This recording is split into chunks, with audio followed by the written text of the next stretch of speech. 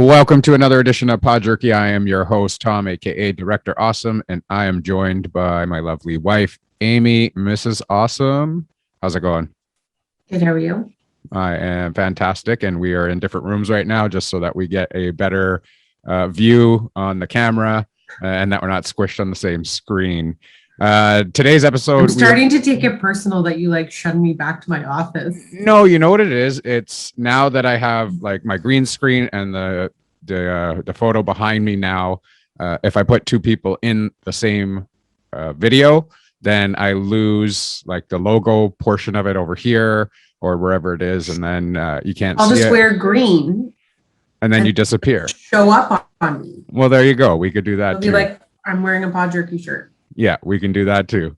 So today's episode we're going to do we're going to do a two-parter. This is going to be part one. We're going to do a little bit of a review on some of the shows that we've seen on Netflix, Amazon Prime, and HBO Crave channels there. So we're going to talk about two shows in particular for this episode, and they're both Nicole Kidman shows that we watched. And the first one that we were going to do a little bit of a review on is The Undoing. This one was Nicole Kidman and Hugh Grant. It's based on the novel that is called You Should Have Known.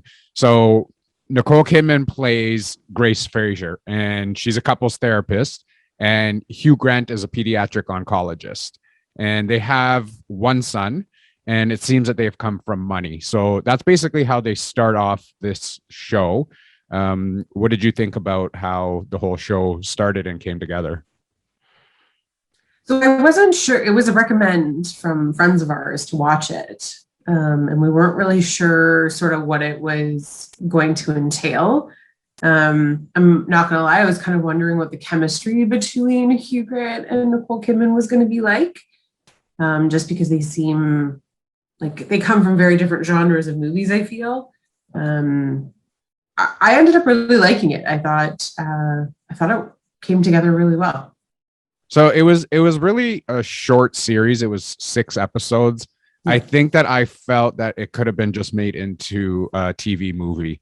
I know the star power about all of of the miniseries. So some of these series, yeah, they drag on a little bit too much. There's some episodes there that you don't really have to have in there. Character building. Yes, it's for character building. But did we need to know all the stuff? I don't think so.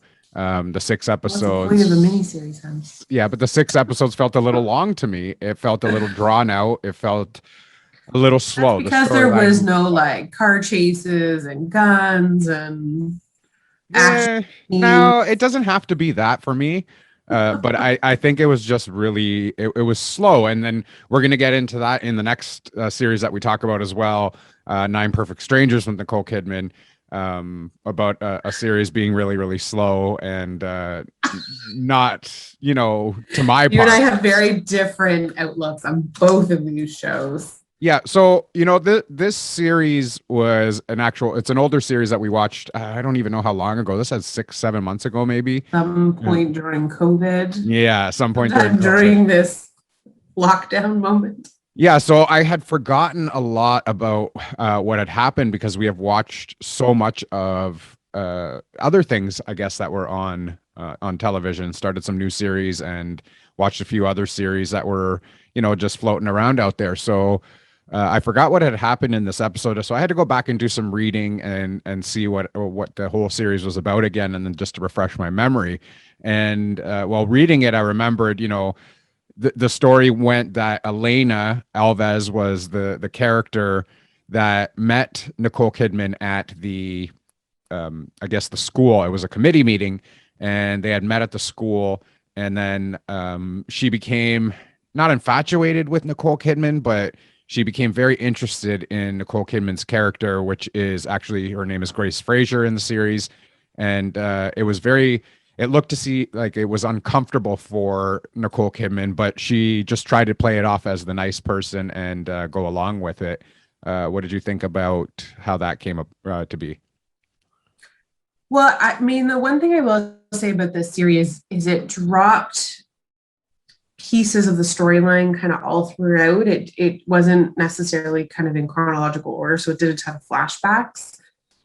So I think you could tell the uncomfortableness from it. And then as the series goes on, you kind of learn why there's that uncomfortable kind of relationship there. And you start to kind of really understand why this woman, who I think her son has a scholarship to the school, if I remember correctly, they offer scholarships to underprivileged kids who are, I think, gifted, and so they bring them in. And so she was a woman of less means that had come into this PTA meeting in the middle of like Richie Rich neighborhood, New York City. So at first you kind of think that's why the relationship's a little funny, because of this sort of, rich versus poor kind of neighborhood thing. And then as the story goes on, you kind of learn why. Right. And then it was either episode 1, at the end of episode 1, or episode 2, that we find out that we see Elena's dead body in her salon that she works in. This just basically starts to unravel what we think is a good marriage and a good relationship between Nicole Kidman and Hugh Grant's character. This is just something that just totally, I don't even know what the words are. Totally, like, it unravels the whole relationship, and then we find out through the rest of the episodes what happens and why it happened, and where it goes from there.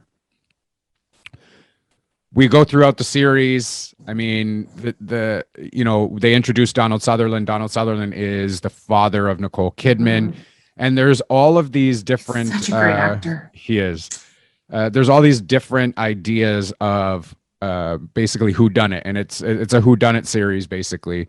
Nothing that hasn't been done before, but it was kind of had some twists and turns in it, and it goes on to blame, make it look like, okay, Donald Sutherland's character did it, and then the FBI gets involved, and then Nicole Kidman believes that she might have done something, maybe had an out of body experience, and then thinks, hey, you know what, maybe it was me, maybe I did do something. Then it goes on to, maybe it was the son who did it, and it was a jealousy thing and wanted Elena out of the picture. And then, we come to the conclusion of who it was, which we'll get into in a little bit. How do you think that it went through the entire storyline of showing different characters of maybe who did it and why? It frankly, I think they did a good job at casting doubt. So I think it was well written and well acted as far as dropping these little hints of the sort of whodunit. And it sort of made you question whether or not you actually thought these characters were capable. And it just, you start to see this intricacy of all of their relationships starting to kind of intertwine, and you can't really figure out why. And so each episode kind of just gives you a new sort of insight into how all of these people, 6 degrees of separation, and sort of how everybody starts to come together. I was shocked, but not shocked when they did the reveal of who did it. It made a lot of sense, but they had done also a really good job at sort of casting doubt throughout the whole sort of 6 episodes on who could have actually done it. Yeah, and for those that read the book, I have not read the book before the series. I'm not a big reader on novels or any of these crime drama kind of things or anything like that. But for those who read the book, the title is "You Should Have Known," and apparently online a lot of the review was a dead giveaway. Everyone knew where it was going just because just of the title of the book of "You Should Have Known." Now we look at Nicole Kidman's character, and attention now that there is going to be some spoilers here. So if you haven't seen the series, you might want to skip past this part. Hugh Grant actually ends up being the killer of Elena, and they were involved in a relationship and had an affair. Now, Elena's son was actually a patient of Hugh Grant's character, and he's a pediatric oncologist, and he ends up having an affair with Elena.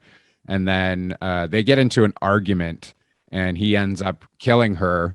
And he actually has another child with her.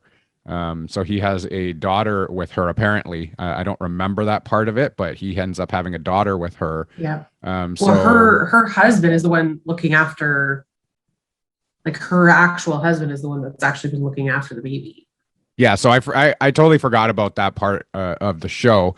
But yeah, so we find out that Hugh Grant did it and why he did it, and then it goes into more of trying to blame the son, and the hammer that was used to kill the Elena there ends up being in the son's violin case, and I believe he had hid it in the violin case, but the son had known about it, and the son ran it through the dishwasher a couple of times to try and get the DNA off of it, to make sure that nobody would be able to see who did it if they did find the hammer. And then, he was just trying to keep his family together. I think that's all the son wanted. He didn't want to see his father go to jail or be in trouble for anything. So he was trying to protect his father. Then Nicole Kidman actually finds out that it is him, and then goes to lengths to protect her son, and then make sure that he ends up in jail, Hugh Grant. Well, he even like kidnaps his own son at the end of it. Right? Like during the whole ending of it is he takes his son, and he's trying to convince the son, even in the car, about what happened. And but it was a good ending, even though you kind of get the you should have known type character build there. But I just it kept your attention throughout all the episodes, where they would drop a little nugget in one episode but not really follow up on it till other episodes later. So it kind of kept you thinking the whole entire series. It wasn't the most fast moving storyline, that I will say, but it made you think about it. Yeah, I agree at that point. It's a slow moving series, but like I said, I think that they could have turned that into like an hour and a half movie. Probably would have come off better than 6 hours worth of television that. But it was COVID and we had to fill time. Yes, we did. But I mean, these series usually have at least one episode where it's like, okay, you could have left that out. That's just me. That's my opinion. But you could have left some of the stuff out and had the series be just as effective as if you had that episode in. So for me, it wasn't the best series. I mean, it was something to pass time for me. It was an okay series for me. It wasn't something that I'll go back and watch again, probably. I think this was a limited series. I don't think that that's going to continue anywhere past this anyway. Yeah, so correct. It's not on my list to watch. That one was on HBO. That was an HBO series. Yes. HBO or Crave, whatever it is there. So yeah, that wasn't for me. I mean, I'd give it probably a 3 out of 5 rating for that. What about you? I don't know that I'd go that low. I still really enjoyed it. I'd probably go 4. You give it a 4? Did you say you would give it a 4? Yeah. Okay. So yeah, so you recommend it. I am on the fence about it. Are we on a delay? There was a little bit of a delay there, but that's okay. But yeah, you are giving it a 4. I gave it a 3. So you're recommending for people to watch it. I am on the fence about it. You can either not watch it or watch it. It didn't come from me. I'm not recommending it nor not recommending it. You'll see a theme throughout this, I think. So, throughout this episode, at least in the next episode, probably the same theme, but that's just the review I have on shows. There are certain things that watching some of these shows that could be left out, but you know what? I'm not a writer. I am not an actor, so we just go along with it. We watch it, and then we have our own opinions on it, right? You just have high expectations. I do. So the next one that we're going to do is 9 Perfect Strangers, and we just finished watching this one, and this is another HBO. This was an Amazon Prime. This is an Amazon Prime series with Nicole Kidman and Melissa McCarthy and a couple other actors that you would probably recognize. One of the guys there played the stepfather to Cassie in Ant-Man. So there were a couple of actors on there that you could recognize, and I didn't know how I felt about going into the series, watching the preview of it. This is about a wellness spa retreat for people that I guess are having issues in their lives. It's not an Therapy. advertised. It's not an advertised spa, right? It's not an No, advertised wellness spa. People by hereby, or referral. yeah, so they hereby Referral and word of invite, mouth. I think. Yeah. So they start off with some of the characters meeting each other on the way to the retreat. And then they end up with a scene where they're just like parking their cars in the like kind of garage area of the spa. We don't know. I think that Nicole Kidman is the guru, I guess, of the spa there yet, as the characters are just being introduced. What did you think about the beginning of the show, and if we were going to get into it or not? So I had a feeling that I was going to like it because one, I just enjoyed most of the characters that were in it, like most of the actors that were in it. Um, and like you could just, I don't know, you could just tell by some of the previews that it was going to be one of these ones that had a couple of weird kind of twists and turns. It definitely was different than the preview let on. That I will say. But it was evident that you needed to have a ton of cash to be able to afford this place. And then there's one family they introduce that kind of got like a discounted rate.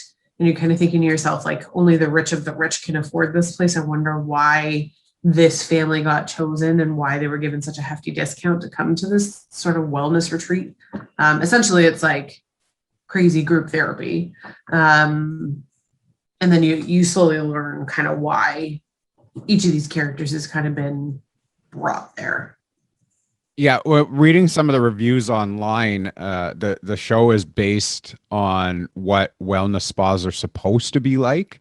It's kind of a play on how a wellness spa runs.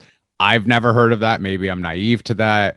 I've not really been to a wellness spa. I think we've been to like, just for our own Like a massage day or spa. yeah, whatever that is. But a wellness spa I've never been to. So some of the things that happen there, I'm not sure if they really happen at spas, but you know Feels what? slightly illegal. It does, but you never know that it might be happening because, if it's, what we're talking about here is during the entire thing that they start to drug these people. They start to put different drugs in their coffee or in Spoiler alert. their shake or whatever, their juice, their cleansing juice or whatever it is.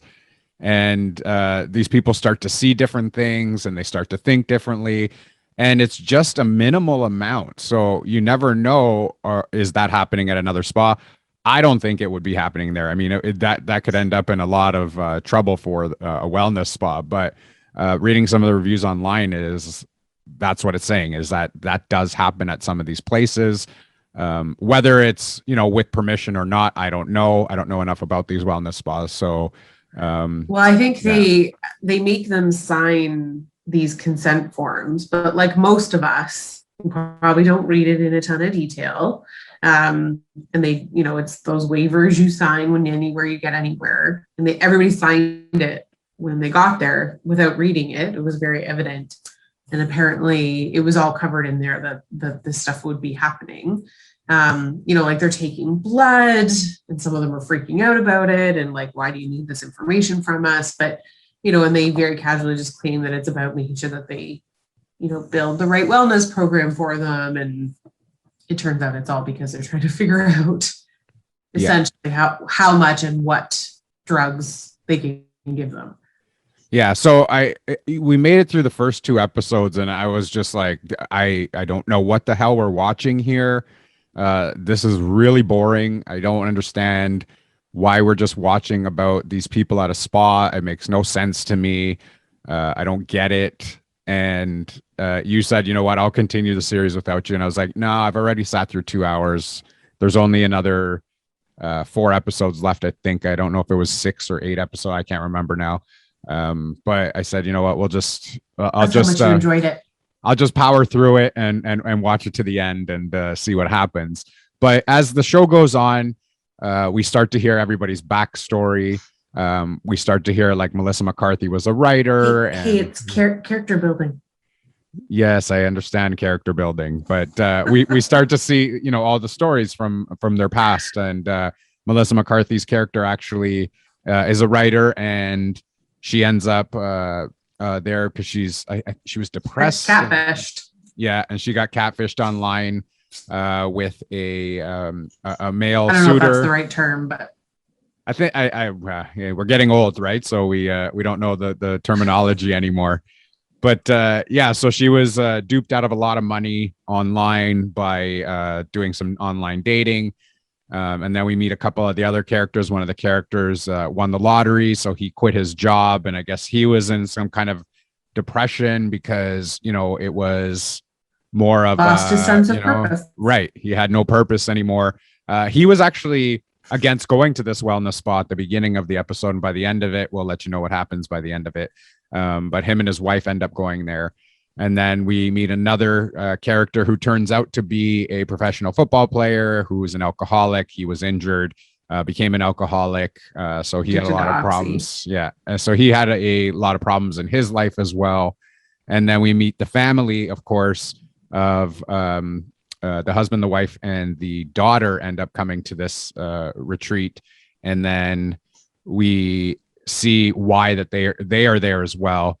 And then we have the one last character that was there.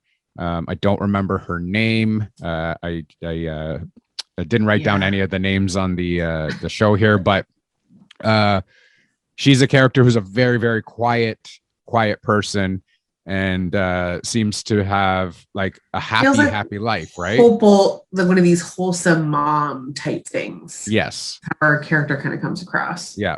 So we get into the story and we see that Nicole Kidman is the head of this wellness spa.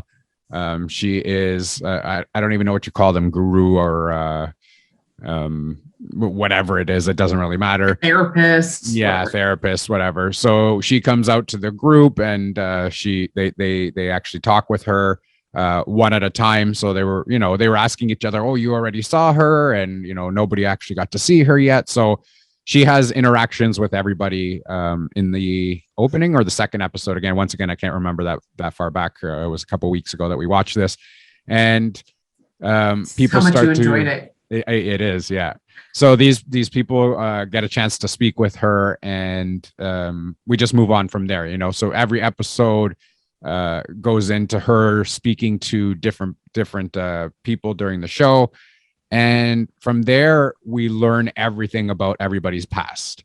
We learn that the husband and wife and daughter are there because the son had committed suicide, and they just can't let go of that. And it's just, it's something that is weighing on their minds, and they just can't let it go.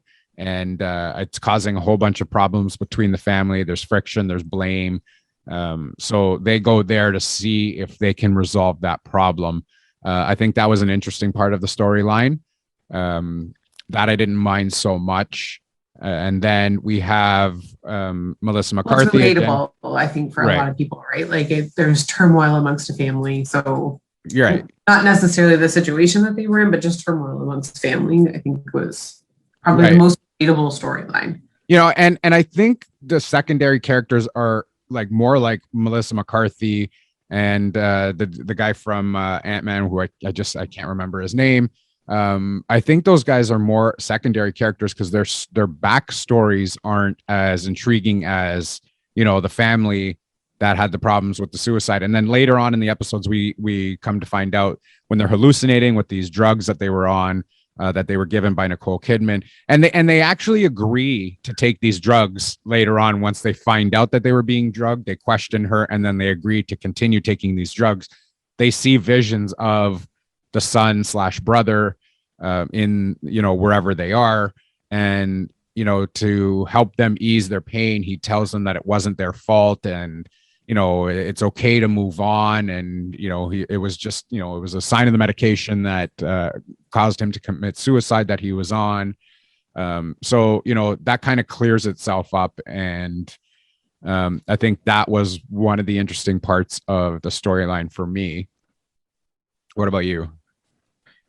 So I think, it was, I think why I enjoyed it more was I think I enjoy all that backstory building. I think a little bit more than you do from a drama perspective, because each one of them sort of kind of tells sort of I don't even know what the word I'm looking for. It just kind of helps develop sort of the reason why they're at this wellness spa and why certain things are happening to them when they hallucinate. And so every episode you kind of learn something a little bit different about them, right? And there's a journalist that's there who's supposed to be sort of undercover taking on trying to write a story about this wellness spa because it's so secretive and because it's invite only, and you have to be freaking loaded to go there. And so you think the whole time that he's there just to try and get like a really good story. And it turns out he's dealing with his own demons. And so each one of them has a different severity of demon, I think, that they're trying to deal with. Surprisingly, the couple, the one that's there sort of for marriage counseling, you see the least, and you kind of hear the least amount from them. And she's an Instagram influencer, and she has like one small thing where she kind of freaks out once they agree to take the drugs. And so I still kind of don't really understand their storyline and how it all kind of tied in, because they didn't do a ton of backstory building with them, and not a lot happened to them while they were there. I would say it probably focused most around the family, and then sort of Melissa McCarthy, and we should really look up this guy's name. Poor guy, he deserves credit. Tony. His name is his name is Bobby Cannavale. There we go. Yeah. And so they both actually have a really interesting bond, because they start off kind of hating each other, and then learn sort of through that angsty relationship that they have, they're constantly pushing each other's buttons, and they're challenging each other, and it ends up building into this really great sort of, starts off as a friendship, and then eventually it evolves. And they actually have this really kind of unique thing, because both of them have had sort of crappy relationships in their life. And I think this is maybe where you and I differ, because I enjoy that part of these miniseries where you get to see that build, you get to see the history, sort of contact lens, and you get to see sort of all of that character development kind of come to life, which inevitably brings you to the finale, which kind of explains sort of more, right? And then I don't care about that stuff. I just get on with the story. Let's go. Let's find out. And this is where the difference between I enjoy a mini series versus you enjoying like a 2-hour movie that could have covered the entire thing. And like I said, that's the theme that you'll hear probably all of the ones that we watched. And so I think that's the difference between you and I, because I enjoy that slow paced character building and relationship building that they do. And you do not. No, you're like, give me the point, give me the plot, give me the conclusion, and let's move on. Yeah. So now we'll move on. More like me, you'll probably enjoy it. If you're more like my husband, then you probably won't enjoy it. And it's not fast moving either, right? Like that's the thing about these miniseries is, I think it was 8 episodes that we had to get through, and they're meant to be slow because they're trying to tell you stuff, and they're trying to build the story, because yes, they could have covered it in 2 hours. I just think it would have lacked some of that character build and that backstory that kind of inevitably gave you the ending. Yeah. So I did look up what one of the characters' names, and it's played by Regina Hall, and her name is Carmel. Yeah. So she becomes a big part of this storyline as well. Now we start to see flashbacks. So we see some flashbacks of Nicole Kidman. And at the beginning, we notice a scar on Nicole Kidman's chest. We don't know what it was from, but her flashbacks show that she was actually shot. She was attacked in a parking lot and she was shot. You don't see who did it. So basically, it's just like a hooded character. You see kind of like a white eye, kind of a contact lens kind of thing.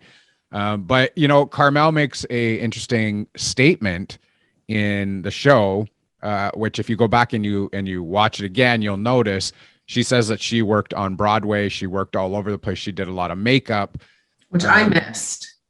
Yeah, so we get to the conclusion, which we'll tell you now. Again, here's spoiler. It ends up being kind of spoiled the whole thing. Yeah, it ends up being Carmel who is the shooter.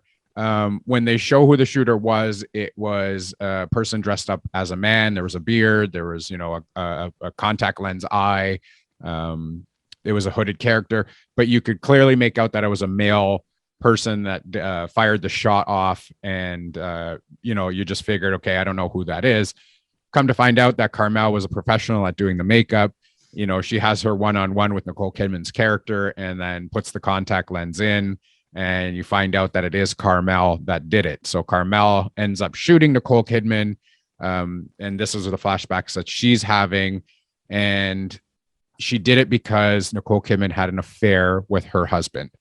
So they get into this argument kind of, or discussion and here's the really, really weird part of it for me, was that Nicole Kidman invited her knowing that she was the one that shot her. She invited her to the wellness spa because she wanted to forgive her. And I don't know, did she know that she was the one that shot her? I think she knew that one of them there was her husband. Like, she had paired together the fact that Nicole Kidman knew she had slept with her husband, and I think that's why she invited her. The fact that she shot her, I don't think came out. Okay, yes. So she finds out that she shoots her in the room there, but then she sits down and says, "I forgive you," and Regina Hall's character Carmel says, "Oh, okay," kind of thing. It was like it's water under the bridge now, right? It wasn't like it's this big blown up fight. It wasn't. It wasn't a big blown up fight or anything like that. It wasn't an argument. And it was just like, what is that? Like, if you went to the lengths of going to shoot somebody, you're not going to sit there and be like, okay, she forgives me, it's all over with, and we're done. I didn't understand that whole part. You forget though, Nicole Kidman took the hallucinogens, right? Yes. That she had given the family. So she was high as a freaking kite having the conversation. So, and she knew that Carmel was obsessed with her, right? You could tell even just through the therapy sessions and some of the exercises. And I almost wonder, although they didn't allude to it, but the behavior kind of, was she bipolar, or did she have some personality dissociation? I don't even know if that's the right term, because she was very hot and cold, right? She was either this super bubbly, sort of wholesome mom, or she was like a raging lunatic essentially, right? And that's how they played her character, where she would flip on a dime and just be mad and just want to rip somebody's face off, and out of nowhere. Meanwhile, 2 seconds later she was like, let's all be friends, kind of thing. So yeah, she actually played a really good character. It was an excellent character. Cold so quickly.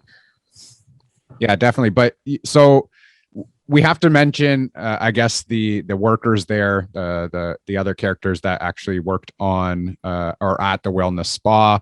A couple of them, they kind of had like some weird kind of relationship thing going with Nicole Kidman's character, where they were dating or sleeping. Yeah, everybody was sleeping. Literally everyone is sleeping with Nicole Kidman. So we move on to the one character who actually decided, hey, you know what? I can't put up with this anymore. I think her name was Delilah or something like that. Decides that she's been a really great review. We don't know anyone's name. I don't remember the names. I'm trying to remember the names here, but it is what it is.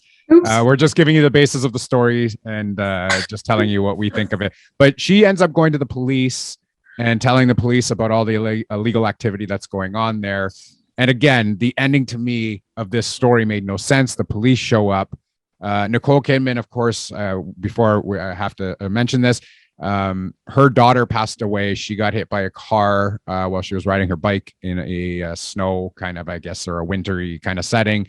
I think the car just didn't see the kid coming and hit the kid. And I think that's Nicole Kidman. That was her struggle. and then she turned to that whole life of, she was cheating on, like, with well, she wasn't really cheating because she wasn't married, so Right. the husbands were cheating on their spouses with Nicole Kidman. So she has a couple of struggles on herself, and she opens up this whole spa just because of Carmel. But all the illegal activity that's been going on. So she's taking the drugs as well. She took the hallucinogen because she's been taking it this whole time, apparently trying to see if she could contact her daughter or see her daughter or whatever it is. Have the vision. Right. And at the end of the episode, that we get to see her actually have communication with her daughter, whether that was a real vision, if it was just hallucinogen, we don't know. Who knows? But she did get to have that kind of closure. But now the worker Delilah goes and sees the cops. The cops come to the compound and they take Nicole Kidman away. However, by the end of the episode, you see Nicole Kidman driving away in the Lamborghini of the couple that had won the lottery. The cars are gone. She's driving in the Lamborghini. She's with her daughter. She's seeing her daughter, I think, in the Lamborghini as well, which means she's still hallucinating while she's driving. So I don't even know if that was real, if that was a hallucination, but she somehow manipulated her way out of any crime committed. Well, that's because everybody's like, no, I consented. I gave her permission. She helped heal me. This was a wonderful experience. I'm so better. Like, so all the things that were problems throughout the whole series, people were so grateful for the closure and the therapy that it ended up giving them, although crazy on their journey. They all backed her up. So the cops had really nothing to go on. Well, what they were doing at the compound was illegal. Even if there was a consent to it, they were still handing out illegal drugs or whatever. But apparently they weren't illegal. So like I don't remember some of the names that she spewed off, but apparently it will mimic, like when you take these combinations, it will mimic what like illegal substances take, but they were not illegal drugs apparently. Dosing them without their knowledge would have been illegal. But then they all eventually consented, right? So I think that's how she got away with it. Because they were all true medicine. Not that I'm stupid, but I mean, there wasn't that explanation there. So you would have had to draw that as your own conclusion, right? That sure. they were saying, yeah, this was a good session. We consented to it and all this stuff. And then we see that the couple that had won the lottery took over the wellness spa. So it went from not wanting to be there to taking over and running the wellness spa, which leaves it open for a season 2 if they really wanted to go that way. But I don't know. I don't see the need to have a season 2. I mean, they told that story. I don't know where you go with it from here. To me, season 1 was enough. I don't think there needs to be a second season, but I also don't think there needs to be a season 2. What I will say is if you like those kind of character building type things, like there's a lot that happens in this series that we probably didn't talk about, and about why people came to the conclusions they came to, or how they got there, or what it meant, or the relationships that were built. If you like that kind of genre, then I think you'll enjoy it. I liked it. It's probably not the best miniseries we've ever watched, but I liked it. You, on the other hand, I did not. I would give it out of your tree the whole time. I would give it a 2.5 out of 5. I wasn't overly impressed with it. Again, slow moving. Could have put that into a movie. There's the theme right there. Put that into a 2-hour movie, 1.5-hour movie, and it would have been fine. But again, I think a lot of the storyline dragged on, and I thought there was a lot of unnecessary stuff in there. And you could have cut a couple of episodes out, and it would have still gave you the same story. Yeah. Do you feel that way about Narcos? No, I don't. No. But why? Because it's the same thing. It's character building. It is character building because of drugs and drug. Yes. Yes.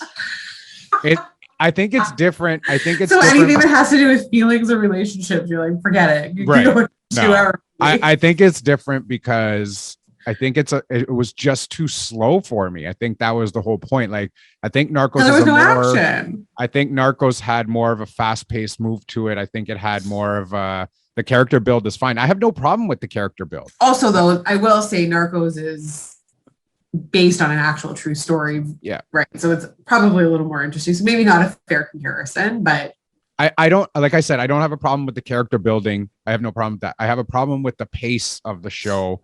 I think that like it wastes a lot of time on a lot of stuff that they because it was don't about need to. feelings. Yes, and I don't need to hear about feelings. But, you know, that's fine. But yeah, I don't It's too touchy-feely. recommend. Again, I'm on the fence about this recommending it. It's not a high, like a hard recommend for me.